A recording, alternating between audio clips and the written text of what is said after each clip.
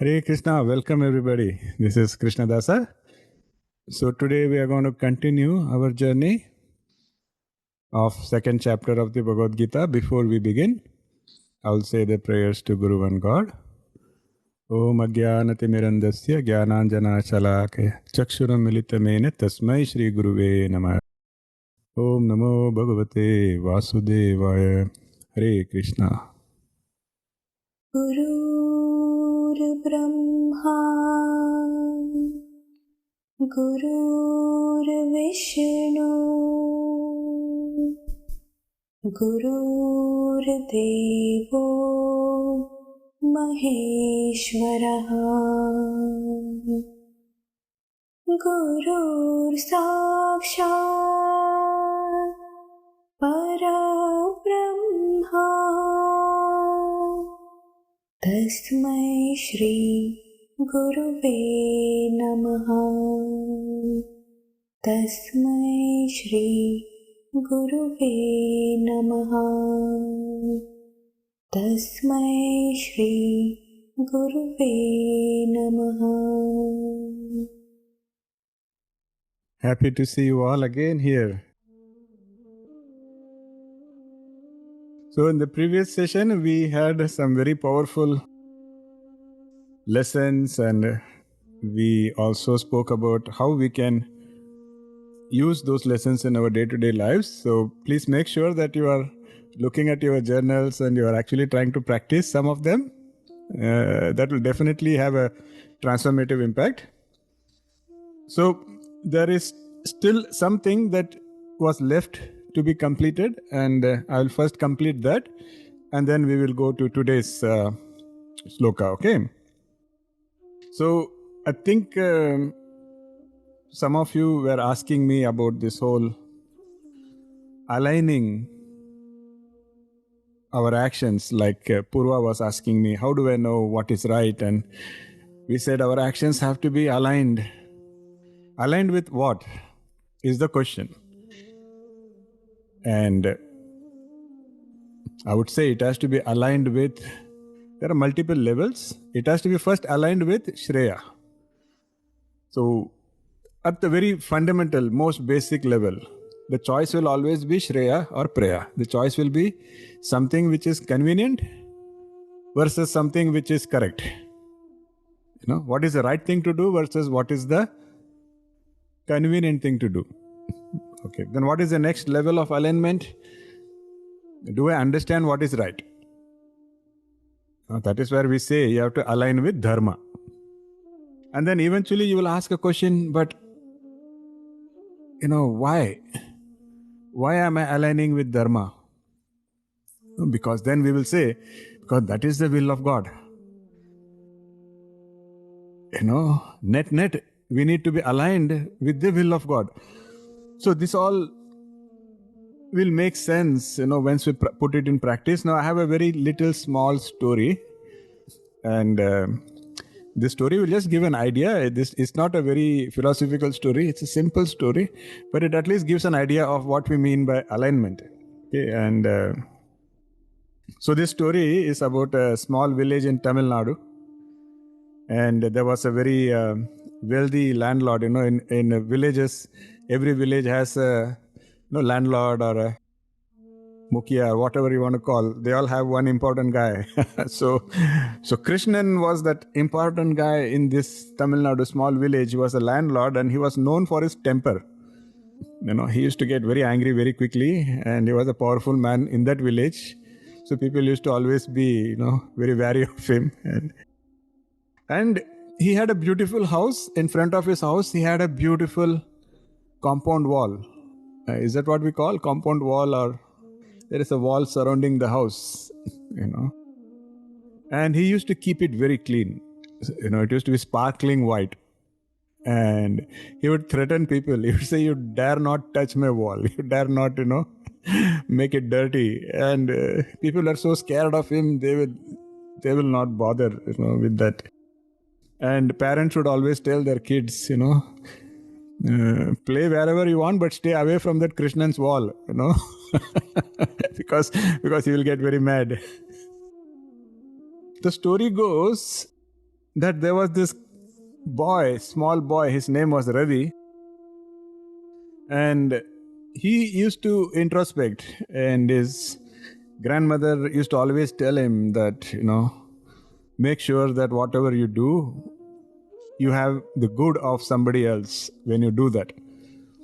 And he used to keep thinking in his mind, what does it mean? What does it mean that what I do has to be aligned with the good of somebody? He didn't completely understand it, but that thought keeps going in his mind. And one fine day, while he was thinking like this, he has a piece of charcoal in his hand, and he comes across this wall, and he has some thought in his mind, and he goes and scribbles something. And the other villagers who are seeing from a distance, now they are terrified. They're like, what did Ravi just do? I think now he is going to get bashed up. He's going to really get bashed up by Krishnan, And as destiny would have it, just that moment, Krishnan had to come out of his house. And he sees this boy scribbling on the wall, and initially he is very angry, of course. And now all the villagers, they are waiting to see, is Ravi going to get beaten up? What's going to happen? So this guy goes, catches hold of Ravi, and then he's looking at what Ravi had scribbled on the wall, and suddenly he starts smiling. Now, instead of getting angry, instead of beating up Ravi, he's smiling at Ravi, and he's patting Ravi, and villagers are wondering what's going on. So they all go closer to the wall, and then they see that Ravi had scribbled in small letters, "Please keep this wall clean." Now, what is the lesson? The lesson here is what we do, the action itself is usually not the problem. The problem is in the given context, at the given time, is that action aligned with what is right, with dharma? Like here, Ravi's action was aligned with the will of Krishnan, who was the owner, and Ravi's action was aligned with thinking good about somebody. So when he scribbled, he was thinking good about Krishnan. He said that Krishnan likes this wall so much, so let me make sure I put a warning there that please keep it. You see the point, right? So this small story, the intent of the story is that whenever we do something, instead of asking which action is right, there is no one right action. What we have to ask more is which action is aligned. For example, if you are a soldier and if people are entering the border and threatening your people, then what action is aligned with your dharma? That action aligned with it is go fight. But if you are a preacher, then the same, everything else is same. But for a preacher, what action is aligned with his dharma or her dharma? You should try to make sense. Go and talk sense to those people. A preacher shouldn't try shooting, and a soldier shouldn't try preaching. So that, I think, is the lesson here. And the more we practice, the more this will become clear. Another thing I wanted to call out in the previous session was, if you see, we already discussed that how Krishna and Arjuna, they have many names and they use these names contextually. The name itself has a lot of meaning. So in those slokas, if you see, Krishna is addressing Arjuna as Kaunteya. There are places where he will call him as Mahabaho. There are places where he will call him as Bharata, the son of Bharat. Here he is calling him as Kaunteya, son of Kunti. And of course, Krishna doesn't do random. So why is Krishna using that word there? It's because Krishna wants Arjuna to get inspired by his mother's strength. Kunti's strength, because Arjuna is Kunti's son. Now, if you know Kunti's life, we will revisit Kunti later also. She has a very key, powerful role to play in the Mahabharata. So Kunti's life was full of trials. Like she had to abandon her first son, Karna. She was married to a king who could not have children. And then she had to use divine boons to conceive. And then she became a widow when she was young. And then she had to protect her 5 sons from a murderous cousins. Then she had to put up with exile. She also went with them to the forest. Like, she's from a royal lineage, but she had to spend tough life in a forest. But through all of it, she never complained. She never got into a victim mindset. And here when Krishna is calling Arjuna, "Oh Kaunteya, you're son of that Kunti," he's saying, remember whose blood flows through in your veins. Your mother faced abandonment, widowhood, exile, assassination attempts. But did she try to run from life? Did she break? She stood. And she always tried to do what was aligned with her dharma. You are that woman's son. So he's pumping up Arjuna the right way. He's saying, remember your lineage. So we all carry such strength from our own ancestors, I'm sure. Like, we have all had that grandfather who has protected our family. We have all had our grandmothers, who have kept us on the right path, so on and so forth. So the Pitru Paksha season is now going on. It's a very important period where we are supposed to. So the point is not just, make rice or make khichdi and just make a show of giving it to birds and animals. This is the real message, is let us draw from their strength. Let us draw from their, how they were aligning with dharma and all of that. And let us get strength from that. So that is our true inheritance, not the house they left behind and not the jewelry they left behind. The true inheritance is this, is what we have to inherit and appreciate. This is one of the reasons why in some of the dharmic traditions, suicide is considered to be a sin. Suicide is considered to be a sin because the act of suicide is pretty much the act of running away, the act of abandoning your duty. Your duty is what? Your duty is to fight your life's battle. The message given to Arjuna is that. Message given to Arjuna is, don't run. Whatever difficulties are given, face it. Because that is your duty. Everybody's duty is to face the battles of our own lives. So when Krishna says papam, the word he used was papam. And what was the word papam used in the context of? It was used in the context of running away from the battle. Krishna called only that as a papam. And so anybody who is running away from the battle of their own life, that is why it is said it is a sin. Life is like a school. We are supposed to learn, we are supposed to grow. And we shouldn't be running away. Does not give us anything, because the next life you will have to again come, you will have to again pick up the same lessons until we learn that troubles are not going to go away. So in fact, what we need to do if we feel our life is very challenging is we have to start now following Krishna's teachings. And we can face the same challenges in a better way, and we can turn around our life because we can work on our karma. It's so empowering that this Krishna's knowledge taken in the right way and applied in the right way will help us take care of our Sanchita karma. It will help us take care of our Kriyamana karma. And the Prarabdha karma, we will be able to face it because we will have more spiritual strength.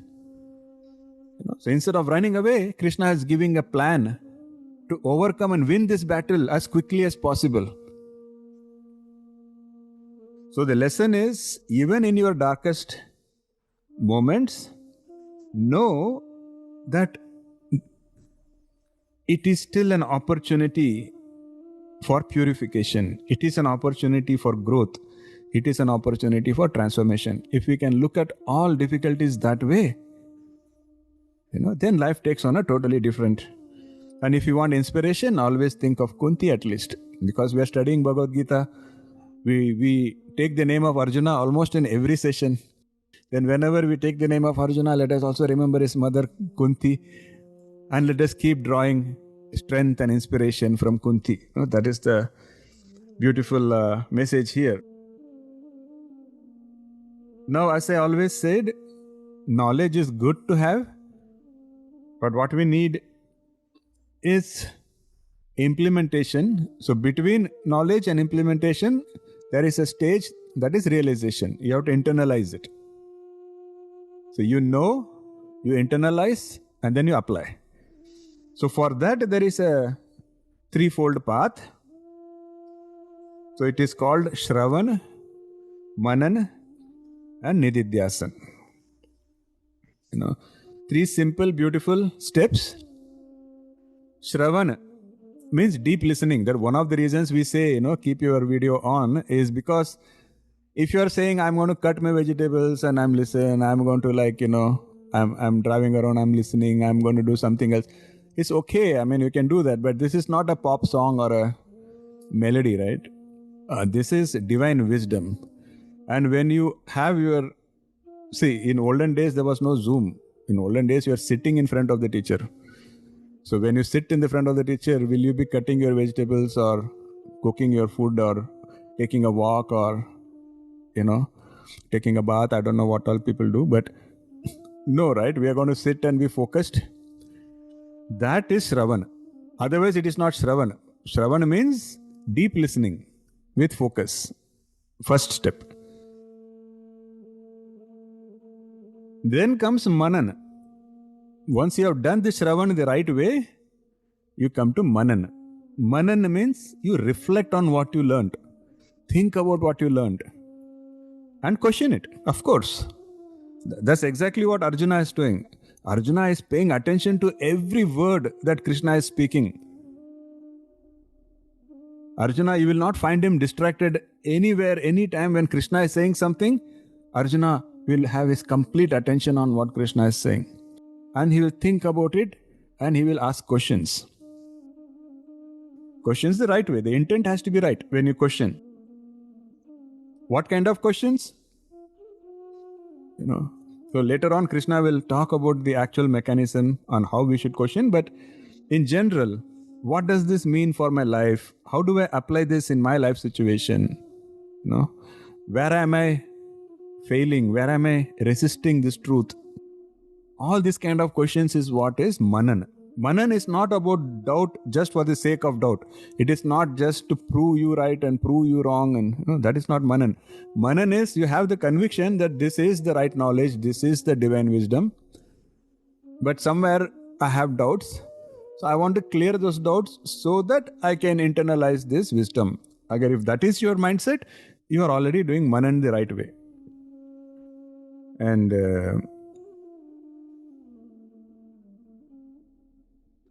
Nididhyasan comes after Manan. So you do Shravan the right way, you do Manan the right way, and then Nididhyasan. Nididhyasan it is somewhat like a meditation. You are meditating, you are making it your internal reality, and that is what is going to help you translate that to your day-to-day life. For example, somebody tells you that exercise is good for you, like your parent is telling you or your doctor is telling you. Are you really listening? or is it just going in one ear and okay. Okay, you truly listen now. What is the next step? You are sitting and thinking. The doctor says exercise. How can I put it to work in my life? How can I exercise? What kind of exercise I can do? And so on and so forth. And what is Nididhyasan? You are actually exercising now. You are actually exercising with awareness. And you are trying to get an understanding of which one is working for you, which one is not working for you, how you can do something better, so on and so forth. Only when all this happens, you are going to become more healthy, correct? That is the same for where exercise is not just for physical strength. Even for spiritual strength, we need an exercise. That exercise is what is called a sadhana. I was just having a heart-to-heart discussion with a young person. And Of course, I was trying to coach the person. I was trying to coach him and guide him what is right. And very intellectual person, very brilliant person. It took me a long time to actually start, directing the discussion towards, it's not about finding faults. It's not about judgmental, what it is and all of that. And, finally that person, he told me, I think now I understand. Now I understand why I'm not able to do the right thing is because I don't seem to have the conviction that what you are saying is right is really right. It may seem like a simple thing, but there is profound truth in that. How many of you have the conviction that whatever Krishna is saying here is right? How many of you have conviction that, this is the path? That is important. As long as, if you don't have that, then your nididhyasan will not be complete. It is nididhyasan that will tell you if that conviction is coming or not. That is very, very important. I hope it is getting clear what I'm talking about. Sometimes, as they say, there are two paths. Of course, there are many paths, but here in chapter 2, we will get a glimpse of two paths. One path would be Jnana Marg, the path of Jnana, and one path would be the path of Bhakti. The karma and all is also there, but for the context of this discussion, I'm saying, if you ask what is the difference, Jnana is about Janna, means I want to know, then I will accept something. Whereas Bhakti is about Manna, wherein Bhakti you say, I accept, so that eventually I will know. See, in Bhakti, what you are saying, that I believe in God, eventually I want to feel the union with God. So, मानते हैं पहले, मानेंगे, then finally जान लेंगे. Whereas Jnana is the other way around. Jnana will say, first I have to know. But what Krishna is doing very beautifully, master stroke, is integrating both. He's saying, I'll give you an idea first. I will talk Jnana. I will talk about the intellectual analysis so that you at least are able to have faith that what I'm saying is right. And then with that conviction, he will say, now become a Bhakti Yogi. Now that you know that Bhakti is the right thing to do. So even he is making us have conviction in Bhakti. And then he is asking us to follow that path. It's a brilliant way of teaching. So as you can see, two verses 2.31 to 37 that we covered, we can see that Krishna's message is a message to all of us. Where we are all that warriors. We are all warriors on our own battlefields. And our enemies, if you actually introspect, we are facing enemies similar to what Arjuna was facing. Our enemies are not foreign. Our enemies are our own fears, our own doubts, our own tendencies, our own samskaras. Isn't it? What do we suffer mostly? Sometimes some external person may trouble you. Sometimes some external event may cause you agony. But if you look at it, majority of the time, our pain is all coming from within us. Are they not your friends? Are they not your relatives? Because you have been living with them for so many years. The same thing Arjuna was facing when Arjuna said, these are all relatives that you are asking me to fight. We also have these relatives inside us that we have to fight. And Krishna's message is not about violence or aggression, but it is about courage. Courage in the face of fear. And having integrity in the face of temptation. And having persistence in the face of obstacles.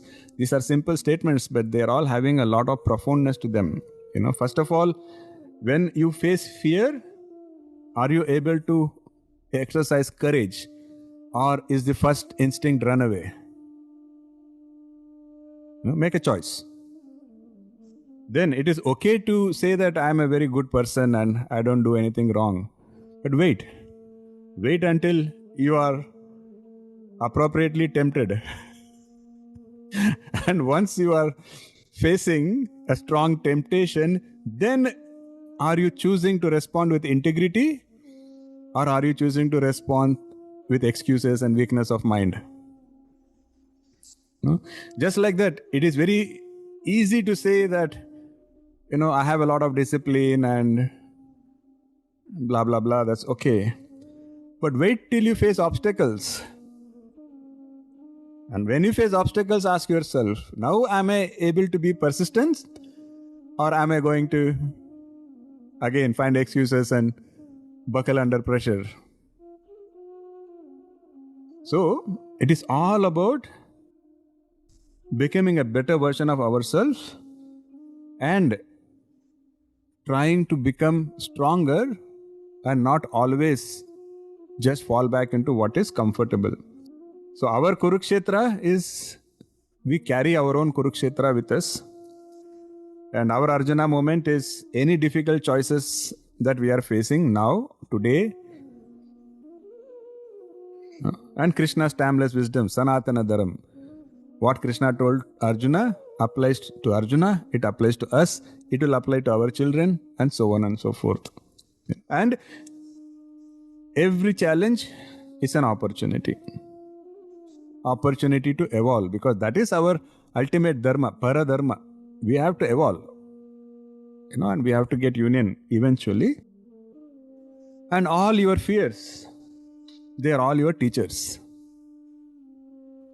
So the message again, rise up, take your position and act. Let your actions be aligned with dharma and don't worry about the results. Then you will understand that it was never about the battle.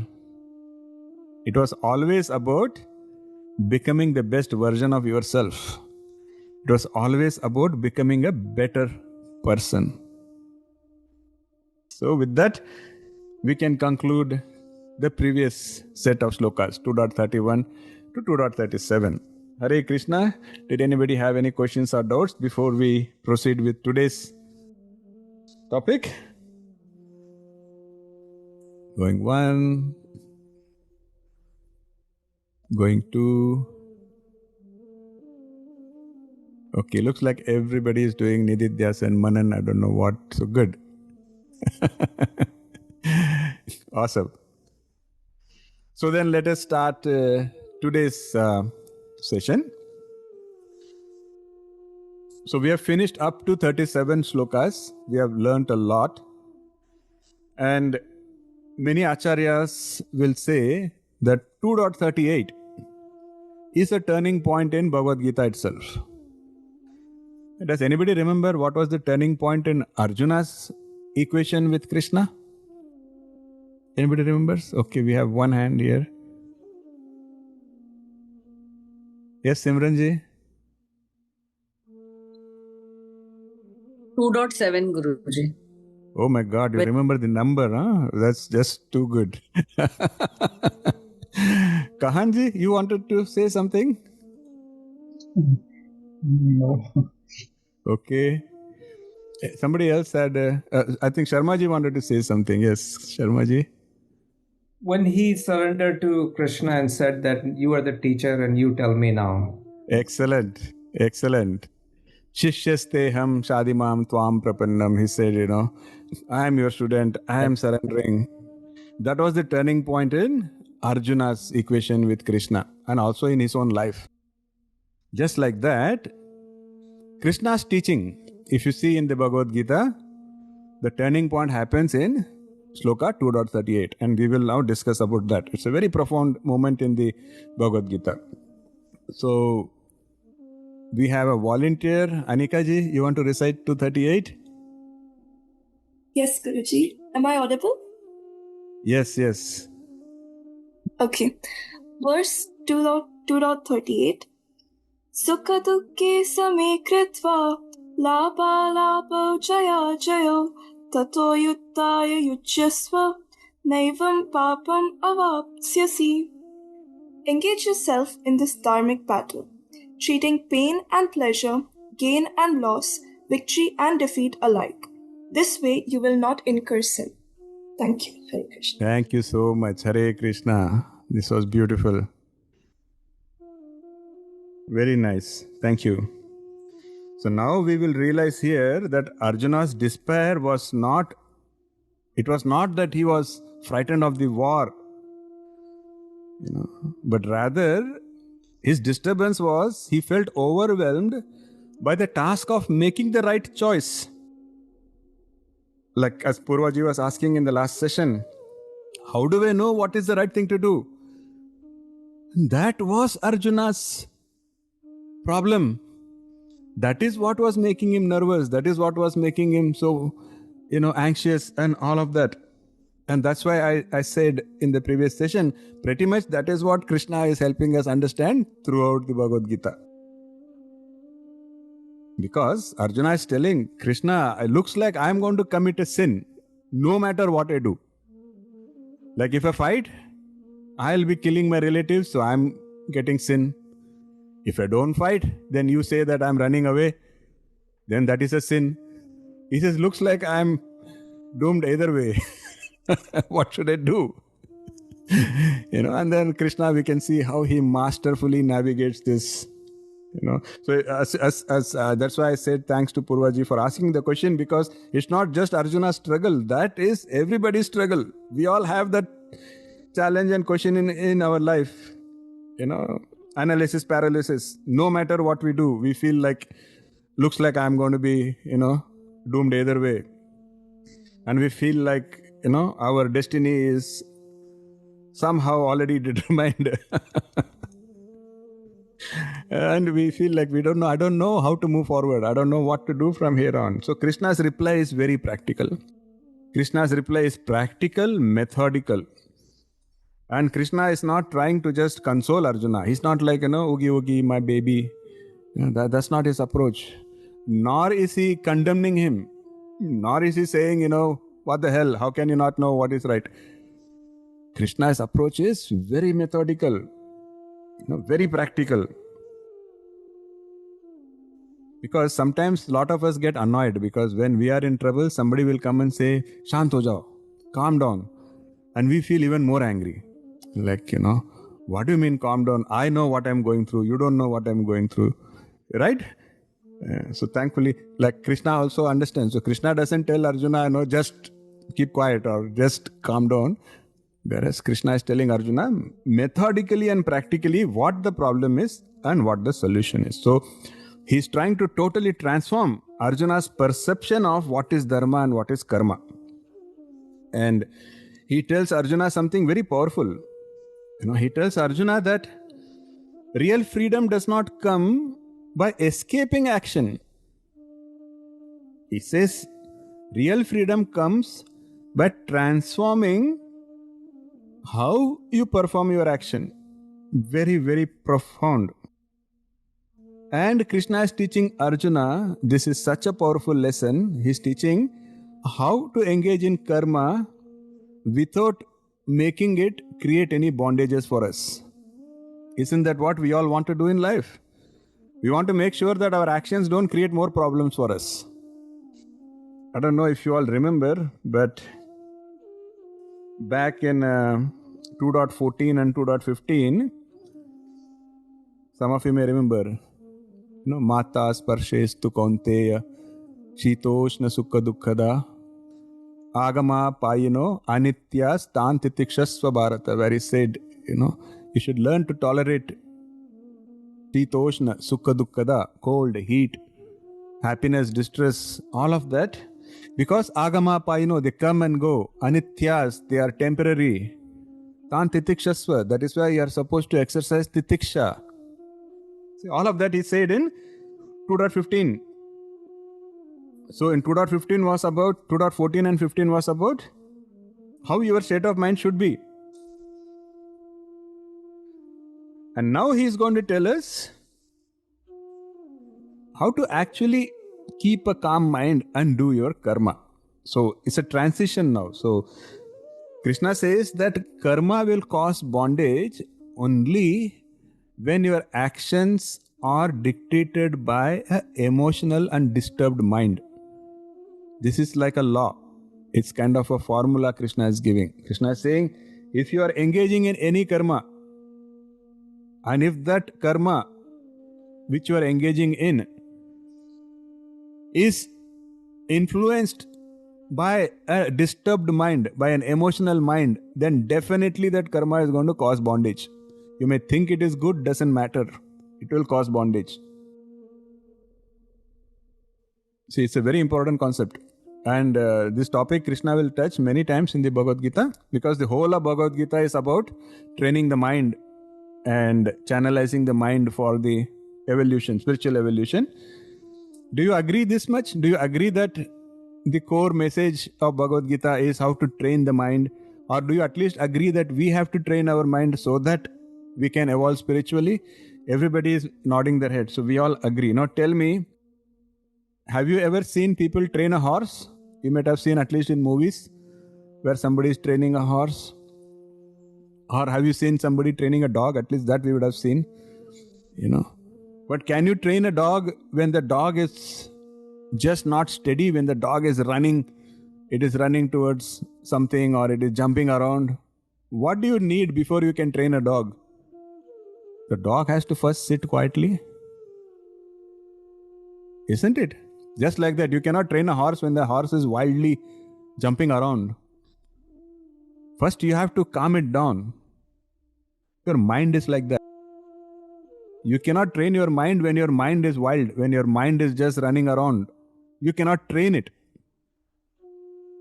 So if you have to train your mind, you have to first make it calm. That is why calmness is so important. That is why in Bhagavad Gita so many times Krishna talks about samatvam. First calmness, then training, then evolution. The same thing, if you are trying to tell a child to do something, but if the child is not even in front of you, the child is running out, running, jumping, won't you first say, listen to me? Stay quiet and listen to me, won't you say? Because there has to be that receptiveness first, and then the lesson will make a sense, you see? That is the whole point. So in 2.38, Krishna is saying, engage yourself in this dharmic battle. How do you engage? By treating pain and pleasure, gain and loss, victory and defeat alike. So he does not just say, calm your mind. He is also saying how to calm the mind. And then he's saying, if you manage to do that, then you can be sure that you're not going to incur any sin. Now let us see, there's a lot here, so I'll try to now expand upon this. So let us now deconstruct these dualities that Krishna has spoken about. He is very masterfully, very beautifully touched upon three dimensions. He's not randomly picking three pairs. Because if you see, he's only spoken about three pairs of opposites in that sloka, but it's not a random choice. They are very carefully chosen to address three dimensions. The first dimension is the sensory dimension. The sensory dimension is where he is talking about sukha, dukkha. No? Because sukh and dukh, are they not both a function of the senses? Our life is governed. Our life is completely governed by pleasure and pain. We are a complete slave. Our mind is completely a slave of this dimension. Because of which, what happens? It is always in a state of reaction. It wants to react. See, for example, they give this example. It's a very common example in our scriptures is a traveler who is traveling in a desert, hot sun, very thirsty. That is the situation. Now, in that situation, in the distance, they think they saw water. And what they do immediately, start running towards it.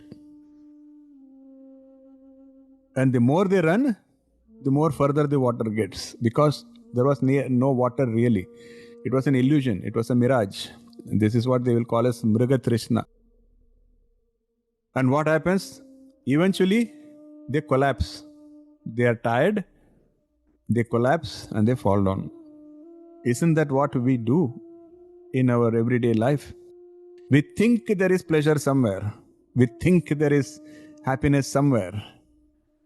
We are not convinced. We don't have data. We don't know whether it is really true, but immediately the mind wants to run there. And vice versa. Somebody is walking through a forest, they think they heard something scary, they want to now run away. And many times when they run away blindly, they are going to actually land up in front of the tiger or the lion, which is the real danger. But you see the problem, we are either running away or running towards what our senses perceive as either pleasure or pain, either happiness or unhappiness. You introspect and you will realize that all of us do that. This endless running, either running towards or running away, that is what is consuming the absolute majority of our energy. How can you evolve or how can you do anything better if you are spending all your energy in running? So Krishna says, treat pleasure and pain equally. If you can treat sukha dukkha equally, that means what? You stop running.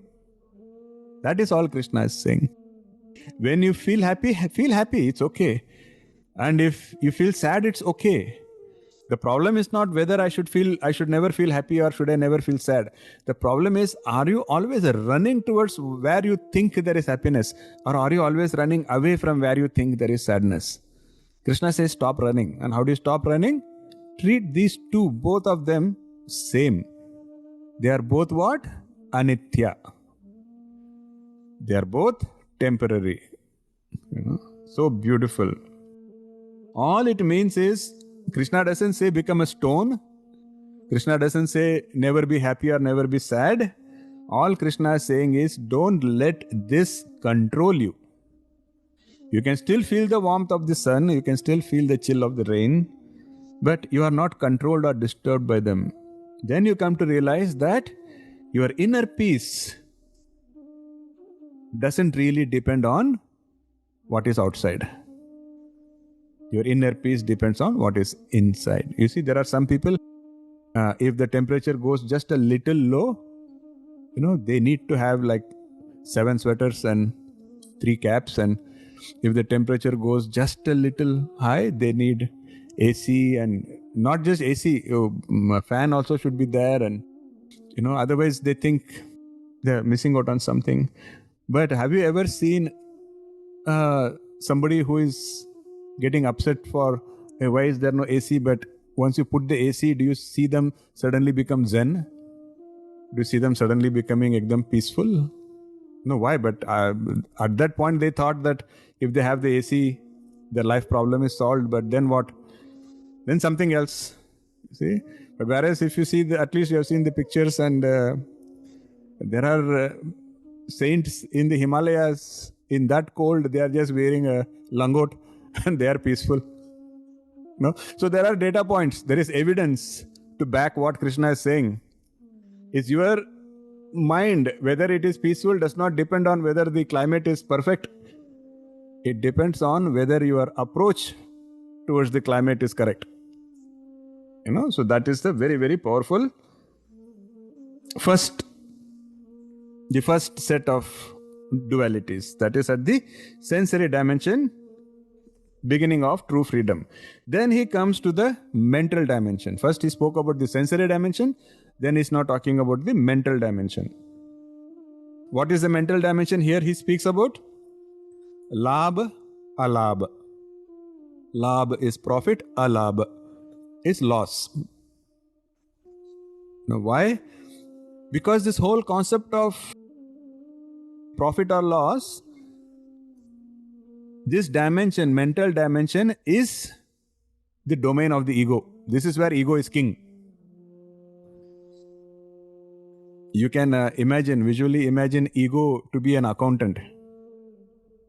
Ego is an accountant that is always busy writing in a black little ledger.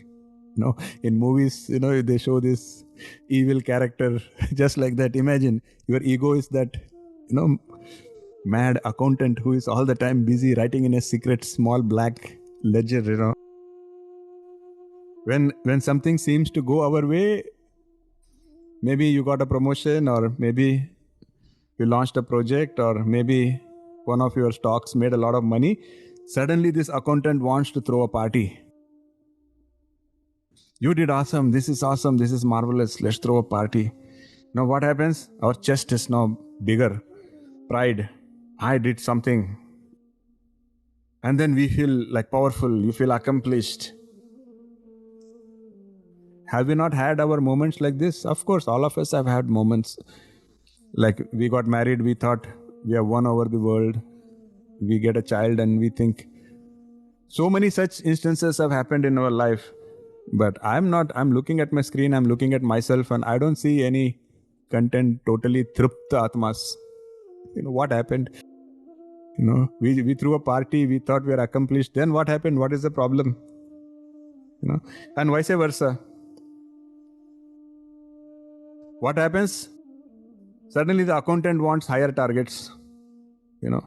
And the joy of having some labh very quickly becomes the anxiety. One anxiety is, will I be able to maintain this success? The second anxiety is, no, can I get anything better? You got promoted from an engineer to a senior engineer. Now can I become a principal? Or, senior engineer means more work. Will I be able to now sustain it? Will I get the same rating I got when I was a junior engineer? You see? So this is how the accountant works in our mind. That is why labh, alabh, it disturbs us. Doesn't matter how much success we think we got. And the other side, when a loss occurs, when you lose something, when you fail somewhere, when you face some kind of rejection, that accountant goes to a complete meltdown. Because it doesn't just record what happened. Now it makes you feel somehow you are a failure. See, I failed is very different from I'm a failure. Failing is okay, but you should never think you are a failure. And that is what this accountant will do in your head. Somehow it will make you question your own self-worth. See, the problem is, we think we have lost, but we don't even understand the game, isn't it? Don't you see the irony? Many of us feel like we lost in life, but we don't even understand this game of life, do we? How can you say you lost when you don't even understand the game? Maybe you didn't. It's like somebody sitting in a casino playing a very complex card game they don't even understand. They have an ace, a 2 and a 3. And they think, I don't see any, I don't see a king, I don't see a queen, so maybe I lost. You see, it happens, right? But they don't even understand the game. Maybe they have the best hand, they just don't understand. But this accountant in the head, that any perceived loss also, it will make you feel like you are a failure. You see, and then we live with self-worth issues for the rest of our lives.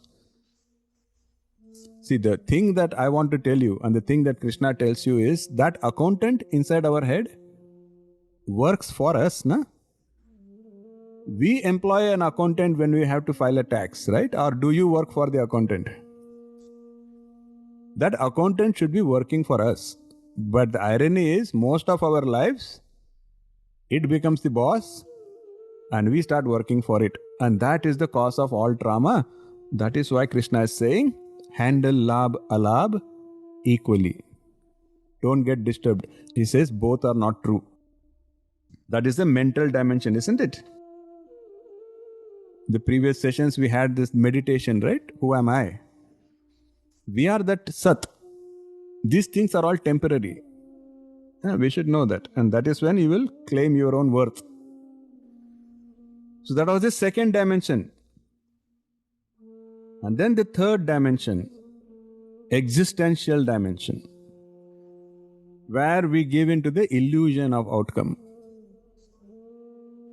This is the broadest, most existential of the dualities, because this is the grand story we tell ourselves about our own lives. If somebody told you, can you tell me your life story? You think about it honestly. If somebody tells you, can you tell me your life stories, knowingly or unknowingly, won't you try to find all the instances where you won something or where you lost something? I achieved this, I achieved that, I got a degree, I passed this, I passed that exam, I got a certificate, I got a gold medal, I won, right? Or, I went to war, I lost my friends, I lost this, I lost that. Somewhere it is all revolving around Jaya Ajaya, victory and defeat. Because in our culture, it's a conditioning. Our culture somehow has conditioned that everything is about our identity depends on our victories. If you have victory in your career or personal life, whatever, then that is a validation that you are fine. And the downside is defeat. If you lose, if there is a defeat, then it is not just a setback. We are seasoned, conditioned to look at it as a judgmental, as if it is a indication of your self-worth. Like many times people will not say that, let us say somebody fails in business. Society will usually not just say that, oh, that guy failed in a business. They will say that guy doesn't know how to do business. So it is always somehow becoming a measure of your self-worth itself. They will not say that person sang badly that day. They will say he's a bad singer. See, it's a big difference. It's a very big difference. Where you are trying to make it your identity. Your failures should never define you, just like your success should not define you. Because it's a very existential thing. You see, every failure, we cling on to it. Every defeat, we cling on to that defeat. And it defines the rest of our life. It doesn't let us be happy or peaceful. We are always looking back. We are always reliving that defeat. Don't you see how it ends up having control over your life? But then you have the power to not let it control you. And that is what Krishna is teaching here. See, one thing Krishna will later on say, it's a very powerful sloka which is going to come in the next couple of sessions, where Krishna will say that the outcome was never in your control anyway. So why do you attach so much importance to the outcome? Just focus on what you have to do. Whether you put in your mind and heart in your education or in your practice, you may be a doctor, you may be a lawyer, you may be whatever. Are you putting in your best? Yes, that is in your control. But is it going to make me another Ram Jethmalani or is it going to make me a Bill Gates or is it going to make me a Mother Teresa? That is not in your hands, Krishna say. And because it is anyways not in your hands, why do you measure your self-worth based on that? Your worth does not depend on whether you succeeded or whether you failed. All that matters is, did you act? And did you act and were your actions aligned with Dharma? And were you acting out of a calm state of mind? Krishna says that is all you have to do. It's so powerful these messages are, isn't it? Now after talking about this, I will come to this key lesson. The key lesson of, we have already spoken about it, but I'm going to now condense it and crystallize it for you all. Is the role of intention in karma. Because is that not what we are talking about? So the question is, how does this kind of samatvam or how does this kind of equanimity prevent sin? How does it actually prevent bondage? Then Krishna will say that is through transformation. Because Krishna will say that when the mind is restless, when the mind is controlled by desires, when the mind is controlled by fear, when the mind is under the control of that accountant, that ego, then your actions become impure. Your actions become tainted. And whenever something is impure, it is going to leave behind a residue. See what I mean? Like if water is not pure, and when you try to boil it, it's going to leave behind residue in the vessel. I mean, you cannot escape that. If water is not pure, all of it is not going to become steam. That's the law of physics, right? The impurities will stay back. Just like that, when our actions are not pure, it will leave behind residues. That residue is what he is calling as bondage. So scientifically explained. But when the mind is calm and steady, when the mind is rooted in dharma, the same actions, they become pure. And they leave no trace. So if the water is 100% pure, 100% evaporation will happen. And when 100% evaporation happens, nothing is left behind. It's a law, right? It's not wishful thinking. That is all Krishna is saying. The most powerful lesson is when the action becomes pure, the actor becomes free. We need to become free. We want liberation, right? And Krishna is giving us the formula. He says, if you can focus on making your actions pure, then you can be assured that the actor will be free. There will be no bondage. Now, how to make actions pure? That's what we have been discussing so far. Samatvam, align with dharma, do what is right. And this freedom belongs to all of us. We are all eligible. Somebody asked, how do I know I'm eligible? We are all eligible. We are all entitled, I would say. We are all entitled to this freedom. We just have to, seek it and get it.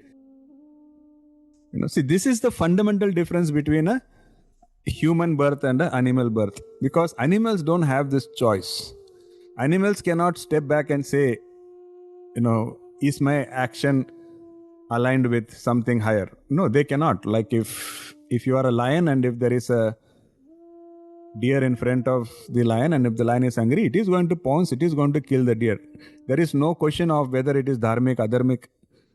That power of discrimination is not given to them. Only humans have that. And that is why a human birth is so important. Because every living being apart from a human can only react. Only the human can act with choice. That's a very powerful, thing that we have. So what if I have to say it in another way? There is a stimulus and there is a response. Our life is pretty much that. Our life is governed completely by some stimulus gets some response, isn't it? I say something, you listen to it, you respond in a certain way. You feel cold, you respond in a certain way. You feel hot, you respond in a certain way. Somebody says something sweet, you respond in a certain way. Somebody says something harsh, you respond in a certain way. Our life is all about stimulus and response. What Krishna will very beautifully tell us is, between the stimulus and the response, there is a gap. And he says human choice has complete power in that gap. And that gap does not exist in the animal kingdom. Very powerful. We will have to do our own manan and nididhyasan here, and you will have your aha moment. and you will actually come to realize the real power of who you are. The real power of this human body that you have is that we can be aware of that gap and we can utilize that gap to make the right choices. And that will pretty much determine the rest of our lives and our destiny. So it is not just Bhagavad Gita. There is a very great scripture called as Yoga Sutras of Patanjali. And you can do your own research.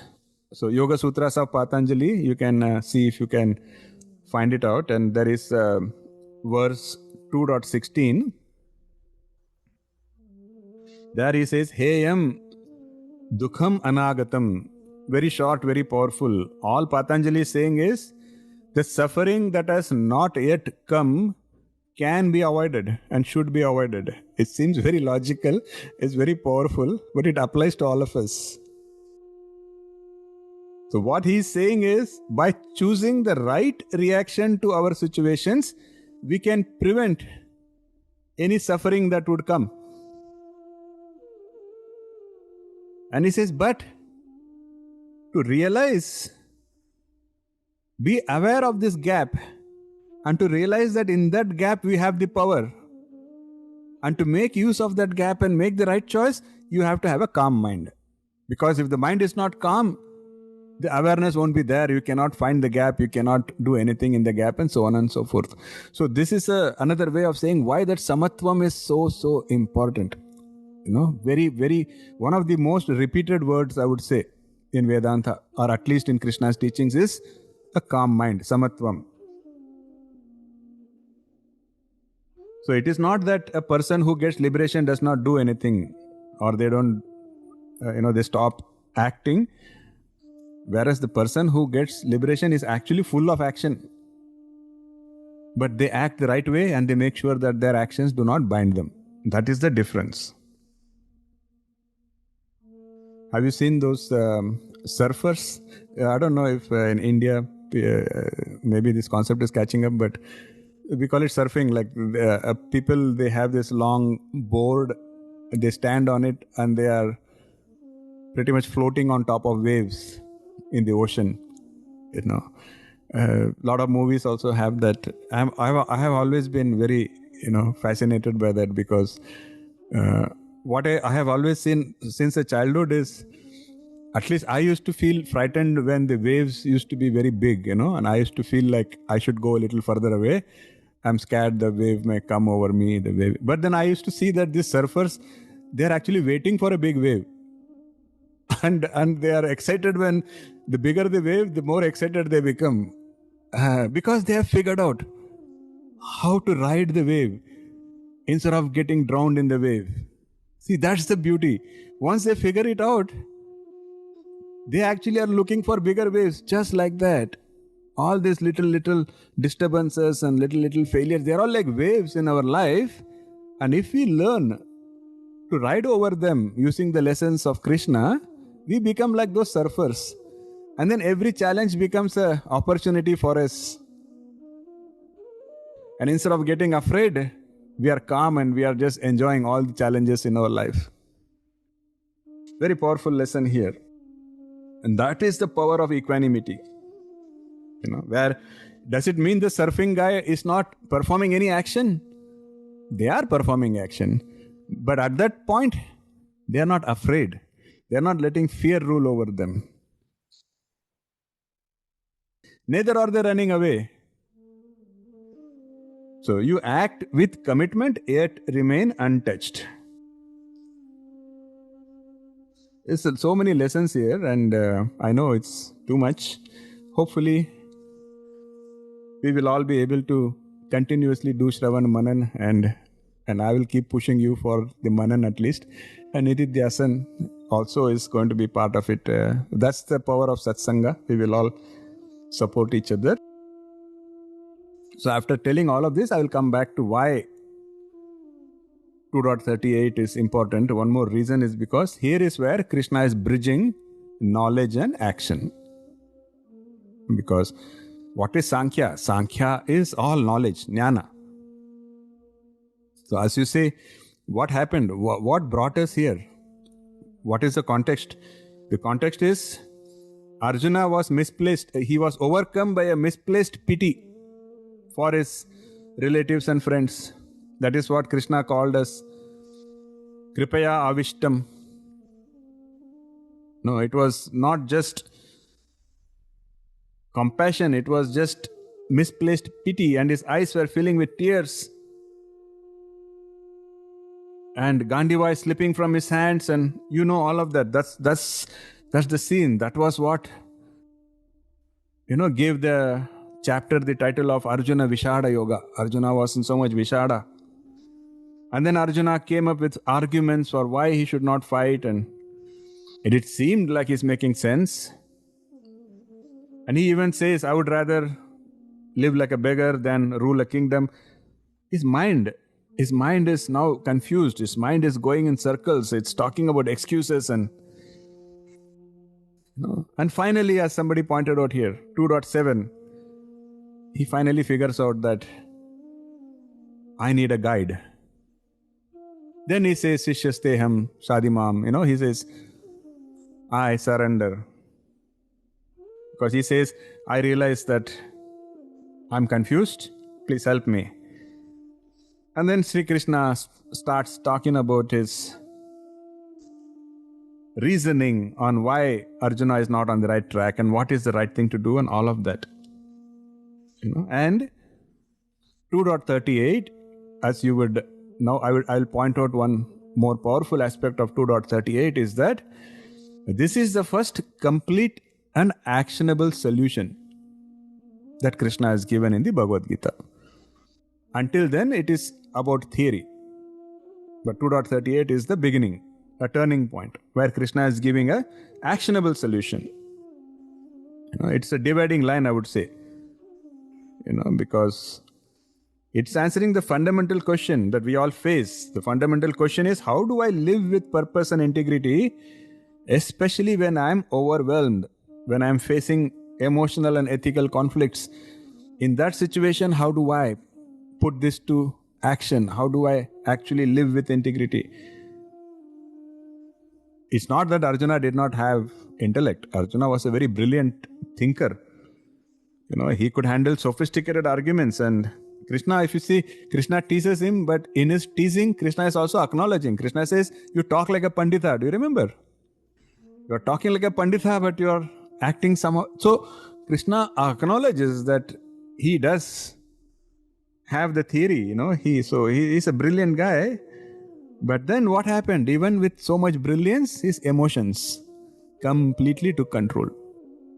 And that is what made him paralyzed, unable to perform the right action. So here Krishna wants to equip Arjuna with powerful tools that will help him gain mastery over his own mind. And that is why 2.38 is the first and the most crucial component of that divine toolkit. So let us maybe quickly revisit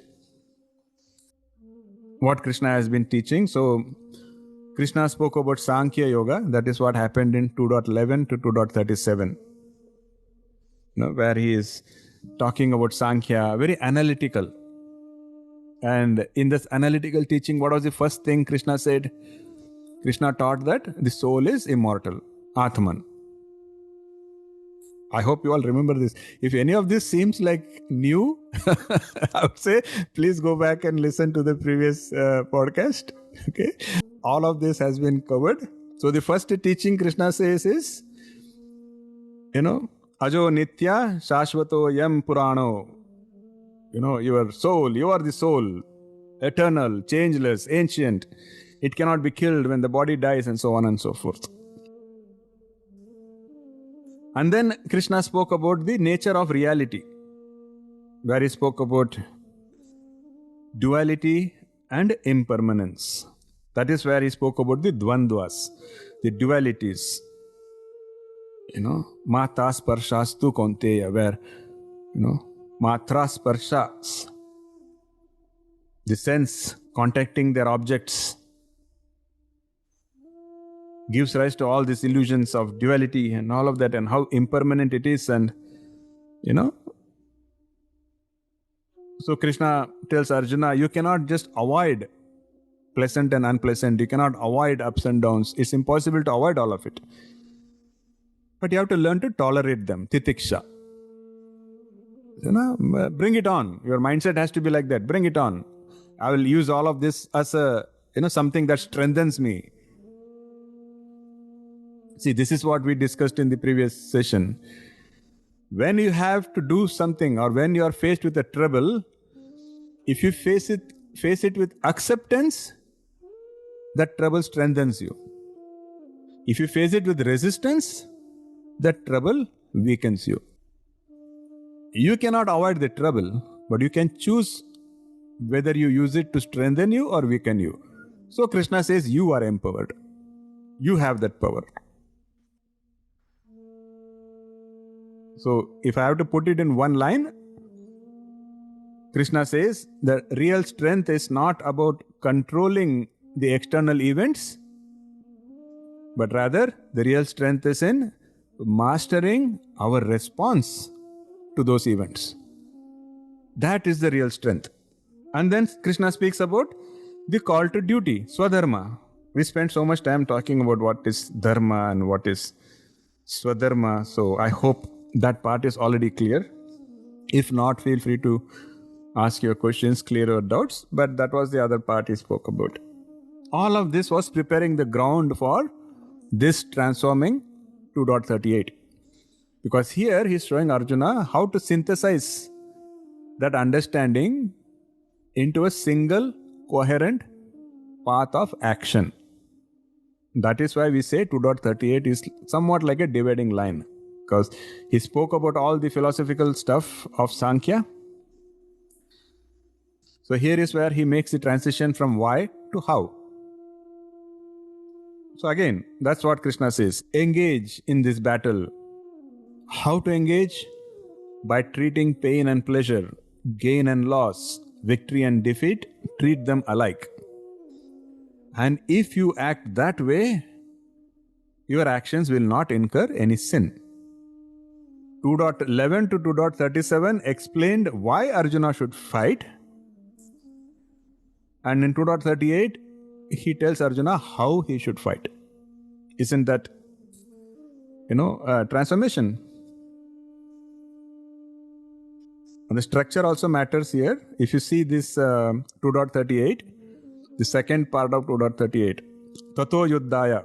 So it is a Sanskrit term where it is two words. It starts with Tatha. So Tataha means thereafter. And so Krishna is saying it's a sequence. It's a sequence. So I've told you all this jnana thereafter. Then now you should engage in action. Yuddhaya, yujyasva. It's not just, it is, Krishna is not saying, just practice balance and also do your duty. He's not saying you to parallel task multiple things. Krishna is saying first establish the calmness, first get balanced, and then perform rightful actions. So it's a sequence. And if you do it that way, then your actions will not bind you. And Krishna specifically, because if you see, Arjuna was worried that he is going to commit a sin, so Krishna is specifically addressing that. He's saying, Arjuna, it is not the act itself that will determine if it is sinful or not sinful. Rather, it is the motive and intention behind the action that will determine if it is sinful or not sinful. For example, any action performed with a selfish motive will always have karmic bondage. It may look like you are doing something good. Maybe you are giving money to somebody. So from the outside, it may look like what you are doing is a very pious thing, isn't it? And you may feel like it is good karma. No, but your intent was something selfish. Maybe you have seen, I'm sure a lot of us are in social media. Somebody will give a banana to a homeless person. They will have to take a selfie. They will have to put it in Facebook. And, sometimes there will be 4 people touching the same banana while they are giving it to one homeless person. So is it now sin or is it virtue or what is it? So that is where Krishna says the intent will decide whether that action is going to create bondage or liberation, and whether it is sin or not a sin. And how do you make sure that your action does not become sin? Purify it. How do you purify it? Calm mind, aligned with Swadharma, aligned with the will of God. How much more categorical can it get? How much more methodical can it get? It's so beautiful. And then never forget that statement. When your actions get purified, the actor gets freed.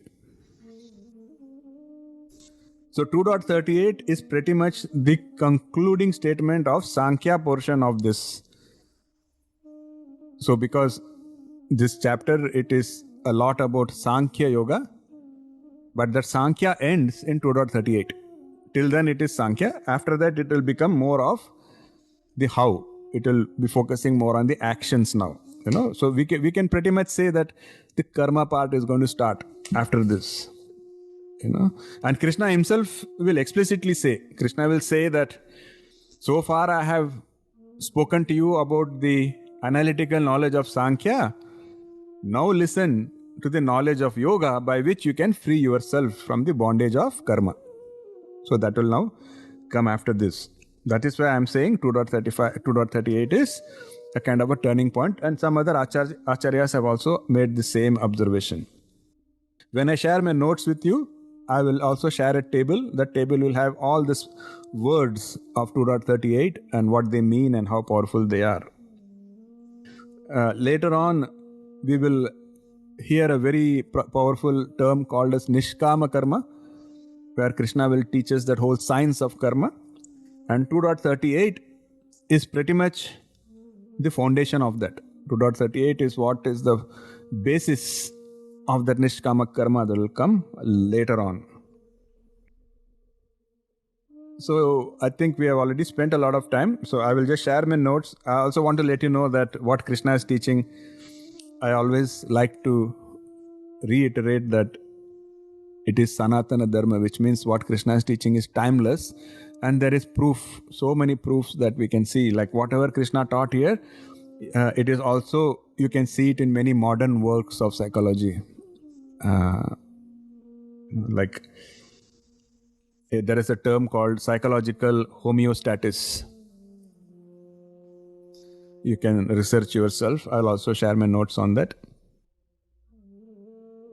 So it's a very powerful statement made by a French physiologist. His name is Claude Bernard, and so I will share everything in notes here. I will just make it very short, where he said that the ability to maintain the inner constancy despite a fluctuating external circumstances, he says, that is the very basis on which existence is possible. See, it's a very technical sentence, but if I have to explain it in very simple words. Do we have any doctors here? I'm not sure. Sharmaji, you are a doctor? Oh, we are fortunate to have you here. So Sharmaji, can you tell us what should be the average acceptable temperature for our body to be healthy? 37 degrees Celsius. Thank you so much, sir. Thank you so much. Now, this is aligned with what this psychologist is saying. What he's saying is, now this 37.5 degrees, we are maintaining it whether you realize it or don't realize it. Externally, even if it gets a little hotter, your body knows how to still maintain that 37.5. Externally, if it gets little colder, your body still knows how to maintain that 37.5. What happens when the body loses the ability to maintain that? That is when you say you are sick. Isn't it? So unknowingly, this state of samatvam, your body knows how to handle it. Your body is doing samatvam all the time. We are not realizing it. Isn't that samatvam? Where it says, shitoshna sukha dukkada. So if it is cold or if it is hot, doesn't matter. It is going to maintain 37.5. That is the lesson of Krishna. Krishna is saying we have to consciously make our mind follow the same thing. Maintain your own optimum temperature. See, and this work I just quoted of the psychologist, he's saying the same thing, and he's making it very dramatic. He's saying this ability, he says, to maintain that inner balance, he says that is what is a prerequisite for existence itself. He says if that ability is taken away, then there cannot be any existence. In other words, if an organism was completely at the mercy of the surroundings, then it cannot exist as an organism. So powerful, this is modern science I'm talking about.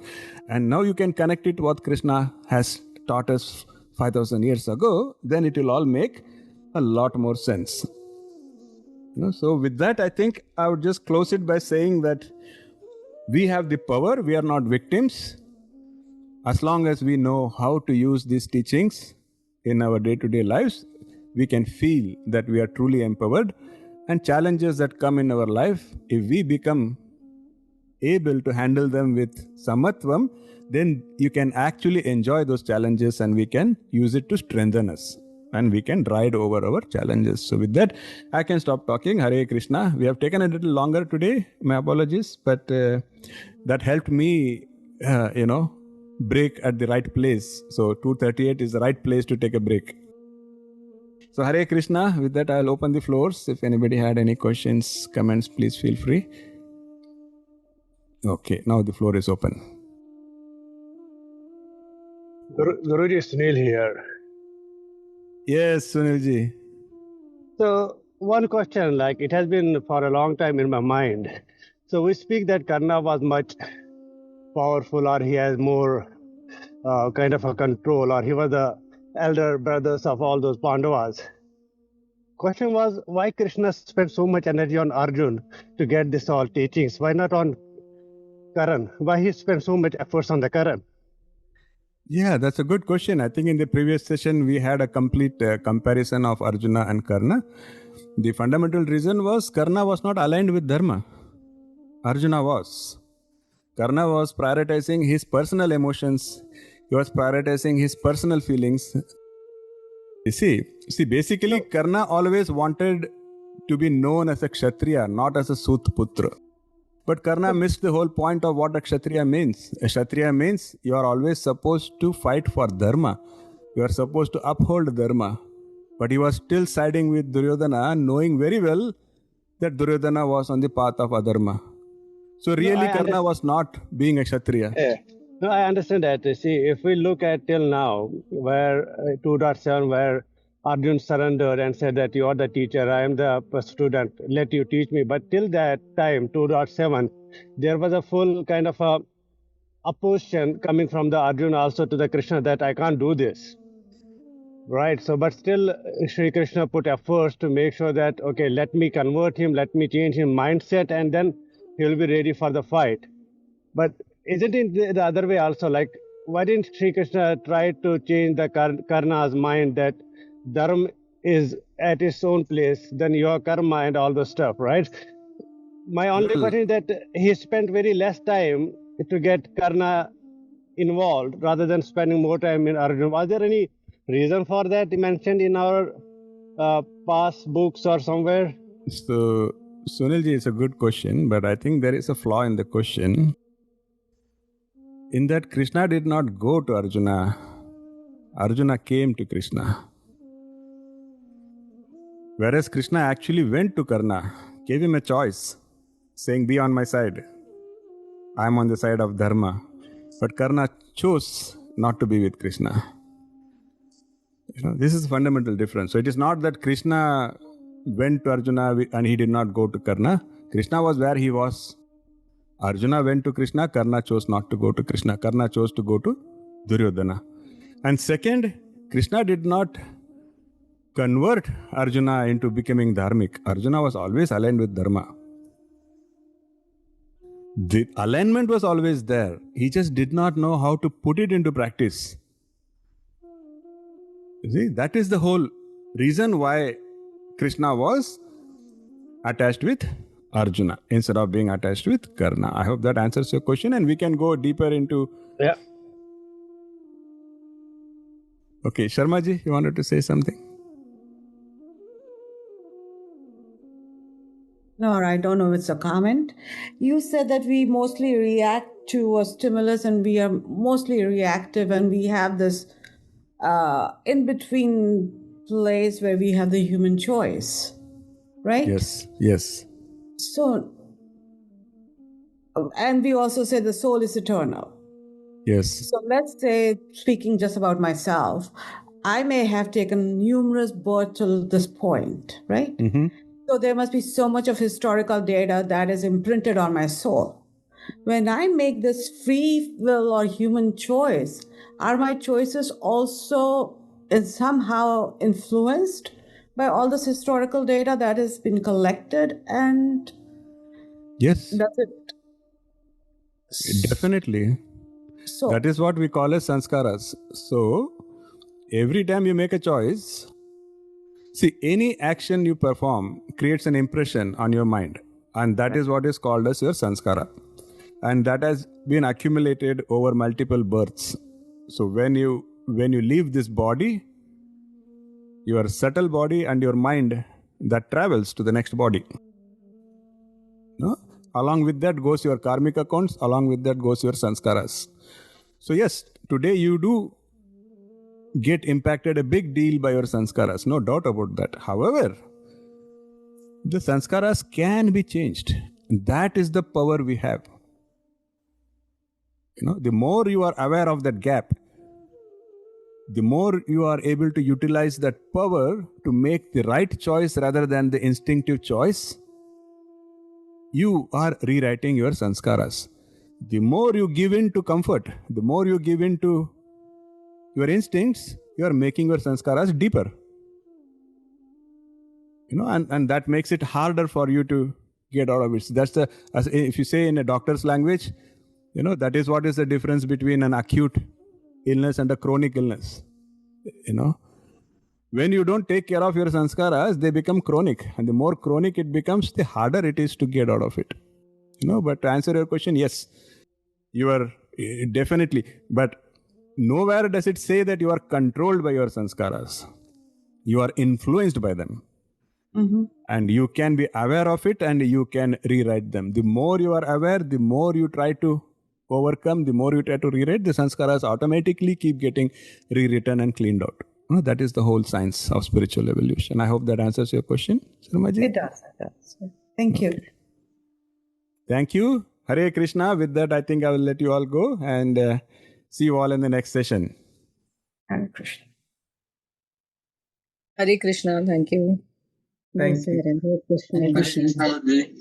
Hare Krishna. Thank you.